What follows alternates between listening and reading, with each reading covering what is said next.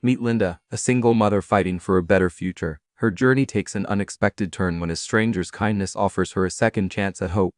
It was a dreary morning when Linda Harris, a 40-year-old single mother, stepped hesitantly out of the bus and looked up at the imposing glass building where her last chance for stability awaited her. Her blouse was clean but faded, and her shoes had seen better days. Yet she held her head high as she clutched a worn folder containing her resume.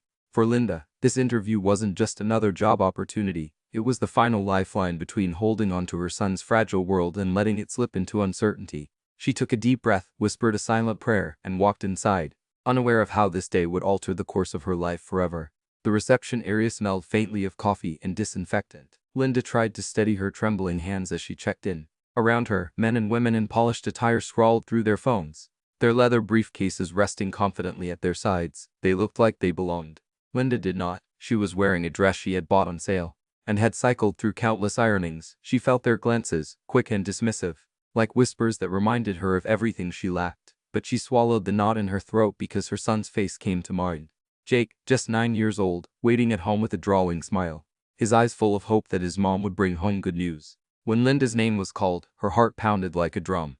The panel of interviewers sat across the long table, their expressions unreadable. Linda tried to keep her voice steady as she answered questions about customer service, problem-solving, and teamwork. But halfway through, she stumbled, her words tangled, her nerves got the better of her, and the confidence she had practiced in the mirror dissolved into stammering explanations. The panel exchanged quick glances. One of them scribbled something in his notes. Another leaned back in his chair with a sigh. Linda could feel the verdict before it was spoken. When they thanked her for coming, she forced a smile, shook their hands with trembling fingers, and walked out. Outside, as the glass door shut behind her, Linda's steps slowed, the weight of failure pressed down so heavily that it was hard to breathe. She clenched her folder tighter, her vision blurring as her throat burned with unshed tears. How was she supposed to tell Jake that once again her mom didn't get the job? How was she supposed to buy groceries, pay rent, or even afford his school supplies? She walked down the steps, each one heavier than the last, feeling like she had just walked out of the last chance life would ever give her. What Linda didn't know was that inside that building, someone was still watching. The lead interviewer, a man named Thomas Carter, had seen something in her eyes that the others had missed. Behind her nervous stumbles, behind the worn clothes and the hesitation, he had glimpsed raw determination. He had caught the way her hand shook, but never let go of her folder, as though she was holding on to more than just paper, holding on to hope. Something about her lingered with him long after she had walked out the door. Thomas remembered the way she had paused before speaking, as though every word she gave had weight, and something inside him refused to let her disappear without a second thought. Thomas stood abruptly, excused himself from the panel, and hurried toward the exit.